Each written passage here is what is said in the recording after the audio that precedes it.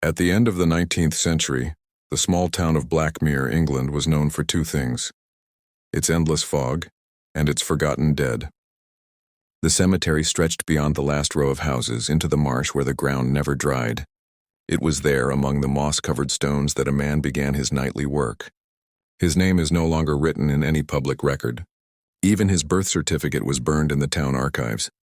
But in the preserved pages of the Blackmere police ledger, one phrase still appears beside his case number: the collector of the little graves. He lived alone at the edge of town in a house built from leftover stones of the old chapel. The townspeople rarely saw him by day. His windows were covered with black cloth and no light escaped after sundown. Children whispered about a man who carried lanterns through the graveyard at night. They said he was looking for something. They said he never came out empty-handed. It began after the fever outbreak of 1889. Dozens of children died within months. The local priest performed mass burials, but the parents wanted individual graves. Rows of small stones appeared in the north section of the cemetery, each marked only with initials. No one questioned why some of those graves looked disturbed weeks later. The ground was soft, the rain heavy. The explanations were easy. The truth was not. The man believed the children could return if he built them new vessels. He had studied fragments of forbidden theology and a series of unpublished medical notes written by an anatomist from Oxford who claimed that the soul could be anchored to the remains of the body if properly preserved. The man took this theory as gospel. He wanted to prove that the spirit could be contained, not lost. Each night he walked to the cemetery with a spade and a cloth sack. The fog covered his steps. He never took more than he needed: small bones, locks of hair, fragments of teeth. He called them tokens of innocence. In his journal, later found beneath a loose floorboard, he wrote, "If I build them as they were, they will know me. They will know I did not abandon them." No one in Blackmere noticed the pattern until 1891, when grave robbing became undeniable. Parents visited their children's graves to find the soil disturbed, the markers broken.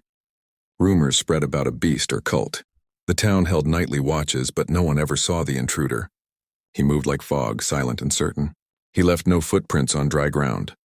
Inside his house, the workshop was a shrine of blasphemy. A long table was covered in wax, glass eyes, ribbons, and bones arranged by size. The smell of rotting wood mixed with something metallic. He used cloth from funeral shrouds soaked in embalming fluid to wrap the frames he built. He filled them with sawdust, horsehair, and the crushed remains of insects. The skulls were small, too small, their faces smoothed with porcelain paste. The eyes were the last to be added. Always glass, always blue. Neighbors sometimes heard a woman's voice coming from his house. They said it was soft, like a lullaby, but no woman ever entered or left. He recorded their names in a notebook: Mary, Clara, Elsie. Each name was written beside a date, and beneath it a phrase in Latin: In carne redempta, anima revocata. In redeemed flesh, the soul recalled. He believed he was calling them back, one by one. By the end of winter, he had built 12 figures. He dressed them in children's clothes bought from charity markets. He sat them on small wooden chairs arranged in a circle around his work table. He spoke to them for hours, sometimes laughing, sometimes crying. When the butcher's boy delivered meat to his door, he heard voices inside. Not just one, but many. Some whispering, some humming softly. The boy never delivered there again. The first report to the police came from a gravedigger named Thomas. He told officers that he found a child's coffin empty, but the soil untouched. It was as if the body had risen on its own. The police dismissed it as drink and imagination. 2 weeks later, another grave was found open. The lid of the coffin lay beside it. Still no footprints, no signs of theft. The town priest began to hold evening masses for protection. Fear grew in silence. By late March, the man's sanity began to decay. His journal became frantic. He wrote of hearing tapping sounds from within the dolls at night. He claimed they moved when he turned his back. He described the smell of earth filling the room, though the windows were closed. One entry read, "They are learning to breathe again. The clay must be blessed." Another said, "They remember their graves." One morning, the milkman found his gate open and the front door slightly ajar. No one answered when he called. He told the constable, who sent 2 officers to investigate. The first thing they noticed was the silence. Not empty silence, but heavy, like a room holding its breath. Inside, the house was clean, orderly, and freezing cold. The hearth had gone out. On the table were 12 dolls seated upright facing the door. Their skin was pale, almost translucent. Their hair was real, blonde and dark mixed. Their eyes gleamed like polished stone. Each one wore a small necklace made from dried flowers. The officers thought they were decorative until one of them lifted a doll. It was heavier than any toy should be. Something shifted inside. They heard it. A soft rattle like bones in a box. The officer dropped it and it landed upright, staring at him. In the corner of the room stood the man.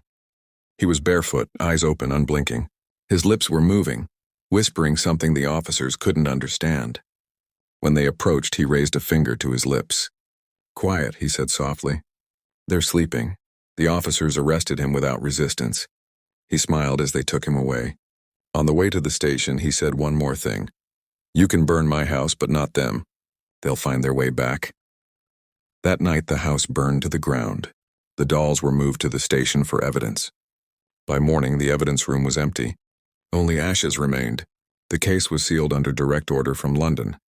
The man's name was erased from all official documents, but in the private journal of Inspector Halbrook, one line survived. "What we saw were not toys. What we saw were graves given shape." When the constables sealed the man's house, they believed the nightmare was contained.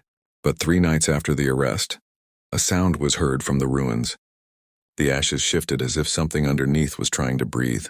A patrolman saw movement through the fog, small shapes pale as wax crawling toward the forest edge. He resigned the next morning and never spoke again. The town believed the fire had cleansed the evil. The church bells rang, and the priest proclaimed the matter closed. But in a room deep below the police station, the surviving dolls were kept for study. 6 of them, stored in wooden crates labeled only as Evidence 27A to 27F. Each crate was locked. Each lock broke by itself before dawn. The police inspector, Edward Halbrook, took personal charge of the investigation. He had seen many strange cases in his service. Ritual murders, grave thefts, even a cannibal sect near the docks. But nothing like this. He wrote in his private notes that when he entered the evidence room, he felt the air thicken. The smell of damp soil lingered, though the floor was stone. He ordered 2 constables to re-wrap the dolls in cloth and place them under observation. They refused after one claimed the doll's head turned on its own. Halbrook ordered the dolls moved to the coroner's office. The coroner, Dr. S. Harcourt, performed examinations under strict conditions. He noted the weight of each specimen, between 9 and 12 kilograms, unusually heavy for their size. The outer material was porcelain and wax. Beneath that, he discovered remnants of organic matter. When he cut open the torso of the first doll, the smell of decay filled the room. Inside were small ribs bound with wire, and what appeared to be a fragment of a human vertebra. The coroner stopped the autopsy immediately and reported to London. Days later, the local paper, the Blackmere Chronicle, published a single article. Evidence from grave robbery suggests ritual crafting. The story was suppressed within 24 hours. The editor resigned and left town. The remaining staff claimed that the printing room filled with voices when the article went to press. Meanwhile, in his cell, the man remained calm. He refused to eat, speaking instead to the wall. The guard said he was addressing his daughters. On the 5th night, a guard heard faint knocking from within the cell, though the man sat still, eyes closed. The knocking continued even after the door was opened. It came from beneath the floor. The priest was summoned to perform a blessing. During the prayer, the candles in the corridor went out one by one. The priest stopped midway and left, trembling. In Halbrook's secret ledger, he recorded fragments of the man's speech. "They are cold," the prisoner said. "They miss the forest. The trees know their names." Another time, he whispered, "You think they are still, but they only sleep when you watch them." Halbrook dismissed it as madness until the coroner disappeared. Dr. Harcourt was last seen leaving his office with a lantern. The next morning, his door was found locked from inside. His body was not there. The only thing found was a child-sized footprint in the dust beside his desk. No one could explain it. The investigation ended quietly. The dolls were transported to an undisclosed location in London for national interest research. They were never logged again.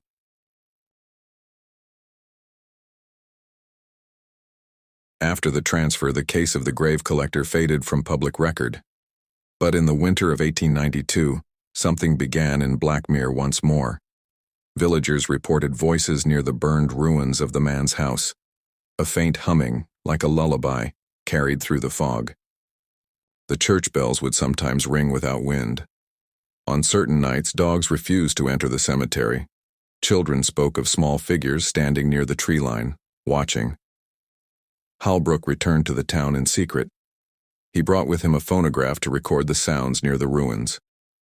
The recordings survive in fragments. On the first cylinder, only the sound of wind. On the second, faint tapping.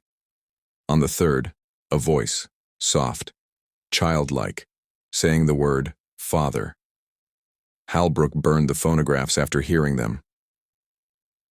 In March, a letter arrived at his London office, unsigned. It contained a drawing of a doll with blue eyes and a ribbon, the same design as those recovered from the man's house. Beneath the drawing were words in the man's handwriting. "You can seal them, but you cannot silence them." The ink was fresh.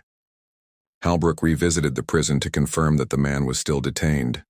The warden told him the prisoner had died 2 months earlier, found sitting upright in his bed, eyes open, mouth closed. The body was cold but uncorrupted. No sign of decay. The warden swore the corpse was heavier than before. When the undertaker arrived to move it, the lights in the corridor flickered, and a child's laughter echoed down the hall. The undertaker left without the body. The next morning, it was gone. The official report listed suicide by starvation. Halbrook knew better. He wrote in his private journal, "He has gone to join them. The ritual is complete." Rumors spread through the countryside. Farmers claimed to find tiny footprints near their barns. Some heard children crying in the woods at dawn. The priest, who once performed the funeral rites for the plague victims, left his post without warning. He was last seen boarding a train to London, clutching a box wrapped in black cloth. Weeks later, the same box was found abandoned in a church pew 50 miles away. Inside was one of the dolls. Its glass eyes had cracked, but the mouth had been painted open. Inside the painted mouth was a small bone fragment and a piece of paper that read, "In carne redempta, anima revocata." The handwriting matched the man's. The government seized all related documents. Blackmere Cemetery was closed to the public. A new fence was built and entry was forbidden after dark. But the townspeople still spoke in whispers. They said the dolls were calling for their maker. They said the graveyard itself had become restless. Halbrook left one final entry before resigning from the police. "The workshop was never the house. The workshop is the earth." He did not bring them back. He taught the ground how to remember. After that, his name vanished from service records. His journal was found years later in the attic of a London flat. Most pages were unreadable, but one phrase was written over and over, carved into the paper until it tore. "They will return in new forms."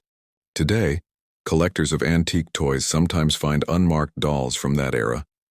Blue eyes, porcelain skin, heavier than they should be. Their origin is unknown, their maker unnamed. When placed in a room, owners report the faint smell of damp soil. Some claim the dolls shift slightly overnight, their heads turning toward the window. No one has proven it. No one will. Because the workshop never ended. It only moved. In the spring of 1893, the case of the Blackmere dolls was considered closed. Officially, all related evidence was destroyed in the fire that consumed the constabulary records room. Unofficially, 6 crates were missing. They were traced to London's Ministry of Science and Curiosities, a short-lived department created to study anomalous artifacts. What happened inside that building is known only through the testimonies of 3 men, recorded weeks before they vanished. Those testimonies were sealed under the heading, "Incident of the Reconstructed." The facility stood on the edge of the Thames, behind iron gates and a wall of smoke from nearby factories. It was a converted textile warehouse, its windows boarded and its halls unmarked. The first investigator to arrive, Dr. Alaric Finch, noted a heavy odor of formaldehyde and earth, as if the river itself carried rot. He described the interior as cold, as if something had drained all warmth from the air. The crates from Blackmere were stored in the basement, numbered 27A through 27F, the same designations from the police ledger. Finch's assistant, a young scholar named Grant, cataloged the contents.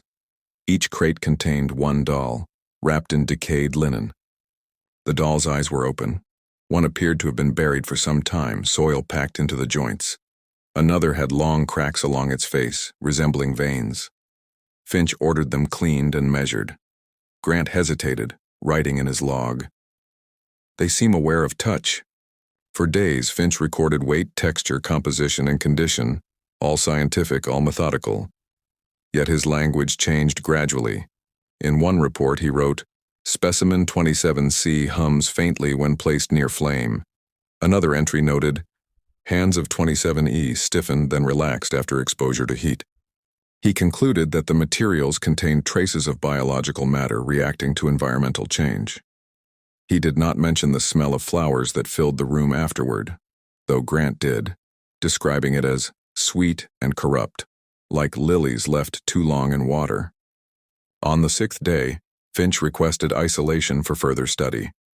He dismissed his staff and locked the door.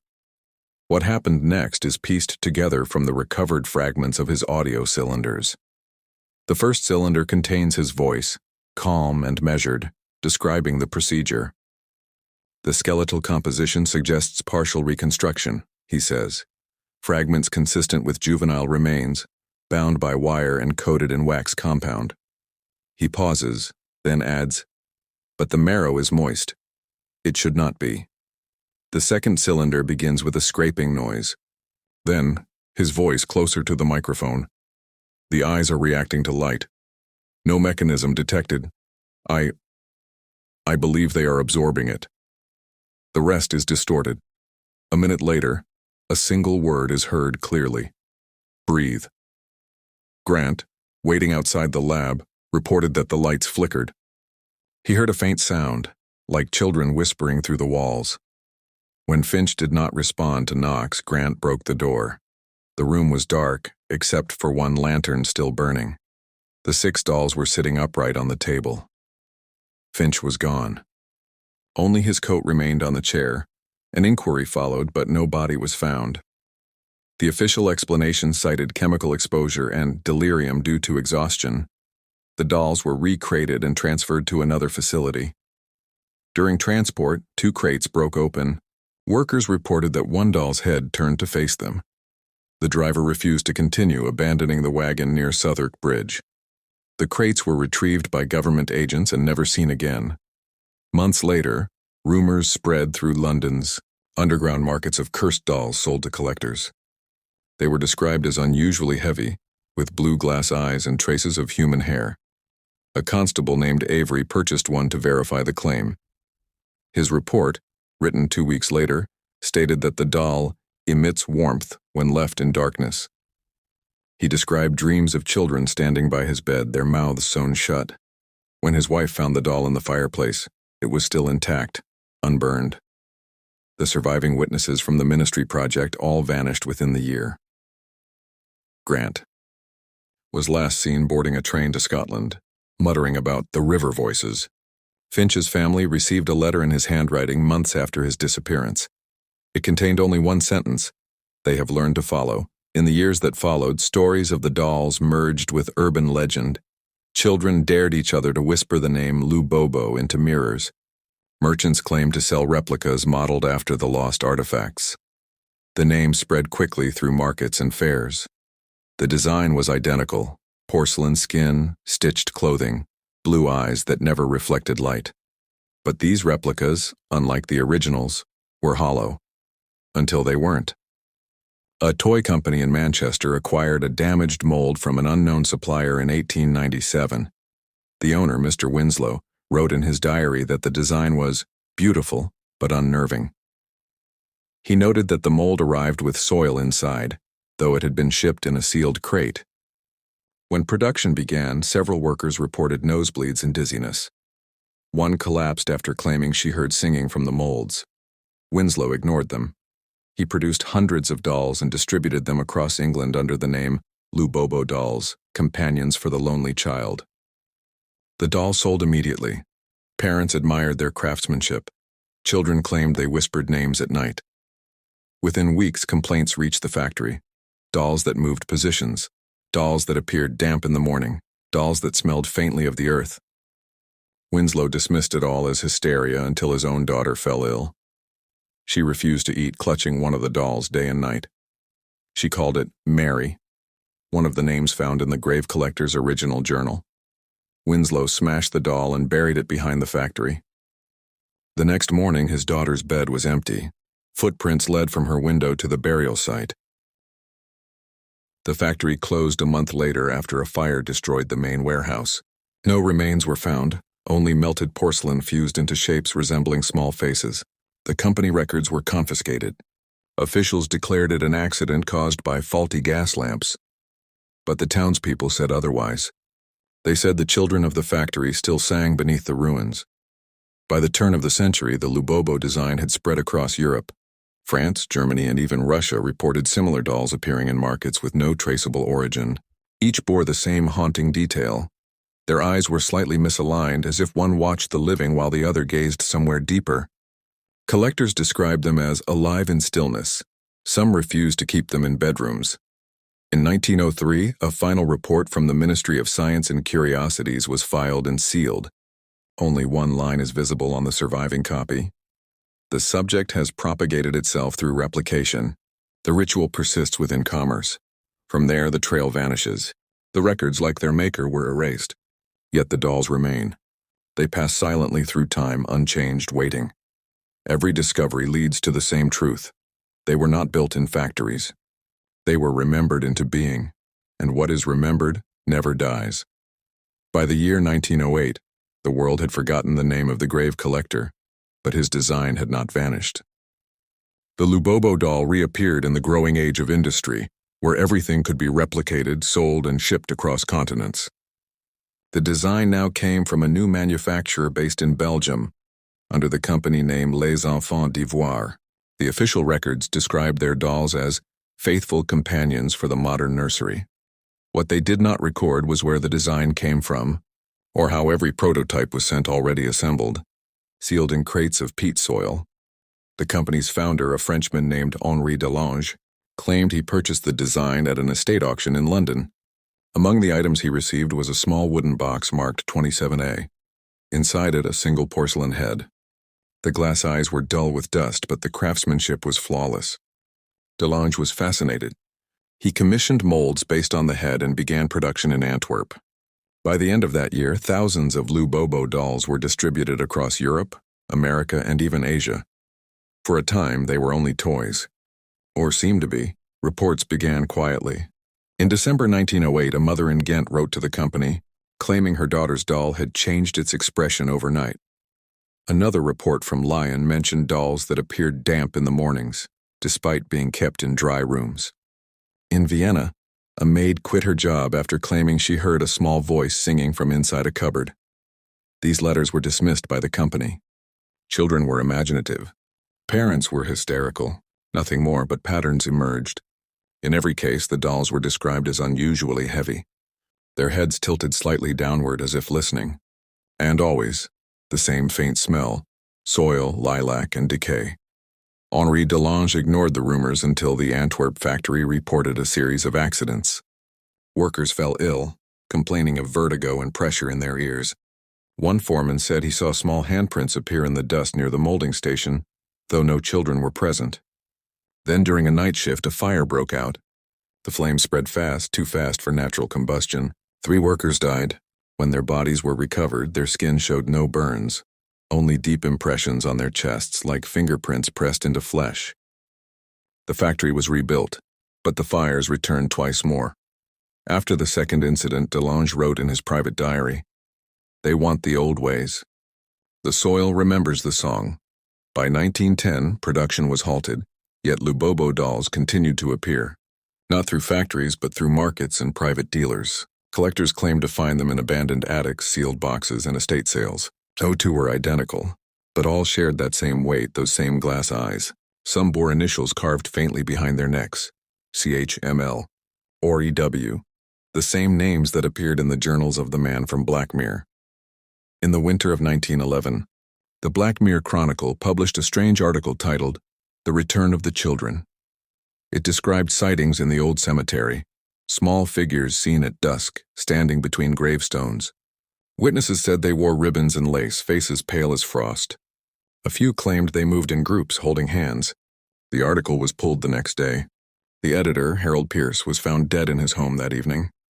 His wife reported that all the mirrors in their house had shattered during the night. On the floor beside him was a small porcelain hand.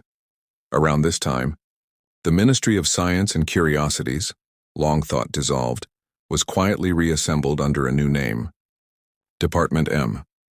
Their records show renewed interest in what they called residual artifacts of the Black Mirror phenomenon. Agents collected reports from Belgium, France, and England. A memo dated March 12, 1912 reads, "Subject Lubobo exhibits properties of sympathetic replication. Origin untraceable. Possible link to necroconstructive theology. Suppress commercial production immediately." But the dolls did not stop spreading. In fact, their popularity increased. Mothers said their children slept better when a Lubobo was nearby. Shopkeepers claimed the dolls always sold faster when displayed near windows. Even skeptics admitted they emitted an odd warmth when held. What no one could explain was the sound that sometimes came from within, a faint ticking, not mechanical, almost like a heartbeat. In 1914, war erupted across Europe. Factories that once made toys were converted to make weapons. Lubobo disappeared from the shelves, replaced by the machinery of death. Yet soldiers in the trenches reported finding dolls among the rubble. Not burnt, not broken, simply sitting upright in the mud. Some soldiers swore they heard voices calling their names at night, soft as children asking for help. One soldier from Yorkshire wrote in his journal, "A doll sat on the parapet this morning. It was clean, though everything else was drowned in mud. It turned its head when the shells fell." His body was found the next day clutching the same doll. When the war ended, Europe rebuilt itself. The survivors returned to ruined homes, and in many of them, old Lubobo dolls waited quietly on shelves. They had survived fire, flood, and time. No one knew how. By the 1920s, the design resurfaced again, now branded as Lubobo Classic. A small American company reproduced them from imported molds. Advertisements promised companionship that never fades. The marketing was simple, almost prophetic. She never sleeps, so your child is never alone. Sales skyrocketed. Parents didn't ask where the design came from. They just wanted something to fill the silence after the war. But silence was exactly what followed. Customers began reporting strange experiences, radio interference, voices through static, dolls found outside where none had been left, children speaking in unfamiliar tones. In a small town in Maine, a family of 4 disappeared overnight. Their house was locked from the inside. The only thing police found was a circle of Lubobo dolls seated on the living room floor. Each held a bone button in its hand. By 1927, authorities banned the import of Lubobo dolls, but they still appeared. Some said the dolls made themselves. That wherever Earth had once been disturbed, one could rise from it. A rumor spread among collectors. If you whisper the name Lubobo at midnight while holding one, it will open its eyes wider. If you ask whose soul it carries, you will hear your own name in reply. No one admitted trying. Those who did were never seen again. Over time, the design evolved. Factories changed hands. Brands disappeared. But the essence stayed. Every generation brought a new version. Ceramic, plastic, even vinyl. Yet the weight remained. Always heavier than expected. Always warm to the touch. Historians who study occult artifacts refer to this as the persistence pattern. They believe the dolls are not possessed but are fragments of memory given form, each carrying an echo of the ritual that birthed them. The grave collector, though gone, had succeeded. His belief in resurrection through imitation had worked.